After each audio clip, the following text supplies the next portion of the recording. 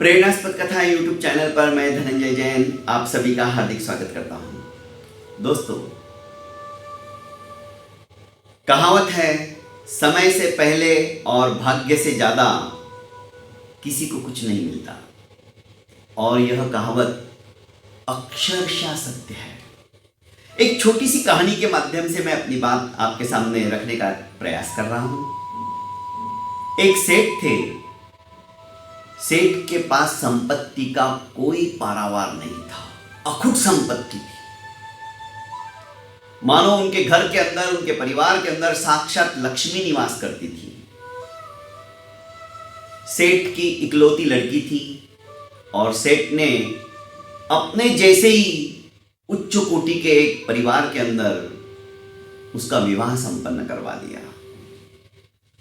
मैं कई बार अपनी बातों में कहता हूं कि जो भाग्य है गाड़ी के चक्के की तरह, कभी ऊपर तो कभी नीचे चलता है। चक्रार पंक्ति गच्छति भाग्य पंक्ति। सेठ के जवाई के दिनमान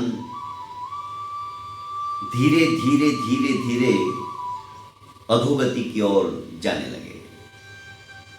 संपत्ति समाप्त सी होने लगी, क्योंकि जहां पर व्यसन होते हैं, जहां पर अन्याय और अत्याचार होता है, जहां पर करुणा भाव हृदय में नहीं होता है, वहां लक्ष्मी भी अपना मुंह मोड़ लेती है। खुशियां वहां से चली जाती हैं। यही हुआ। जवाई व्यसनी था। फलस्वरूप जुआ, नशा, इसके अंदर धीरे धीरे धीरे धीरे उसने अपनी कमाई हुई, पूर्वजों की जो कमाई थी, पूर्वजों की जो संपत्ति थी, वो भी समाप्त कर दी। लड़की की हालत खराब हो गई। कई बार लड़की अपने पीहर में आई, माता पिता से उसने अपनी गुहार लगाई, पर पिता बोले कि बेटा, जब तक नसीब फिर से अच्छा नहीं होगा कुछ नहीं हो सकता है। बेटी भी मन महसूस कर फिर से वापस अपने ससुराल चली जाती है। ससुराल वालों की हालत बहुत दयनीय हो गई थी।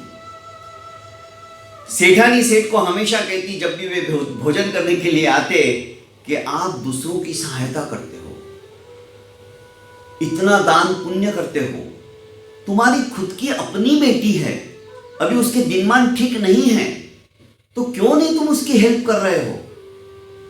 सेठ मुस्कुराते हुए कहते और बात को टाल देते कि भाग्यवान, मैंने तुम्हें कहा ना, जब उसके अच्छे दिन आएंगे तो मैं क्या, ऊपर वाला भी उसकी पूरी हेल्प करेगा।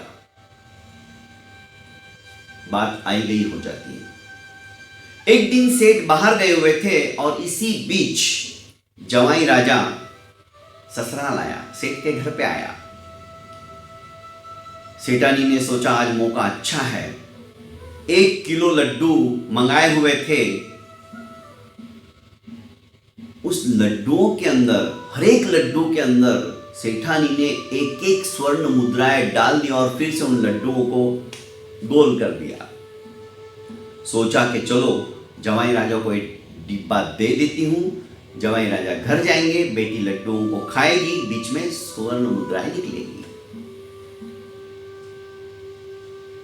तिलक निकालकर जवाई राजा को विदा किया।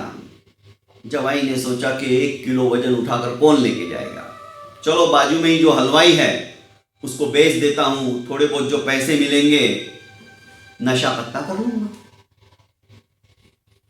हलवाई की दुकान के ऊपर उसने वो 1 किलो का लड्डू का पैकेट दे दिया और कुछ रुपए लेकर वहां से चल बना।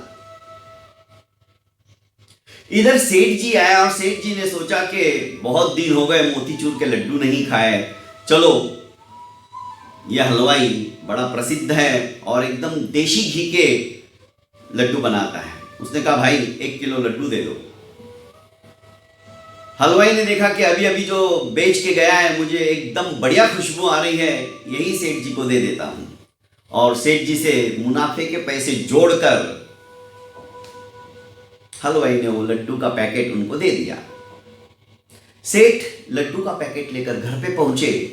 सेठानी ने जैसे ही वो पैकेट खोला और देखा ये तो मेरे ही लड्डू है बनाए हुए, माथा ठनका। लड्डू को फोड़ कर देखा तो उसमें वही स्वर्ण मुद्रा जो हर एक लड्डू के अंदर उसने डाली थी। सेठ जी के पास आई, सेठ जी को पैरों में गिरकर बोलने लगी कि मुझे माफ कर दीजिएगा, मैंने ऐसा ऐसा किया था, और वही घूम फिर के लड्डू हमारे पास वापस आ गए। सेठ ने कहा देखो, मैंने तुम्हें पहले ही कहा था, जो हमारे पूर्वजों ने कहा है ना वो गलत नहीं है। समय से पहले और भाग्य से ज्यादा कभी भी किसी को नहीं मिलता।